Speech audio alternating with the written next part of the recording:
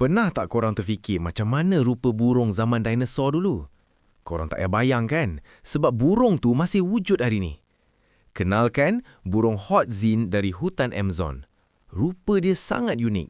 Ada jambul pacak macam pang dan muka warna biru. Tapi ada dua benda yang buat burung ni sangat pelik.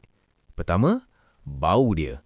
Orang tempatan panggil dia burung busuk sebab badan dia berbau sebiji macam tahit lembu. Kenapa busuk sangat?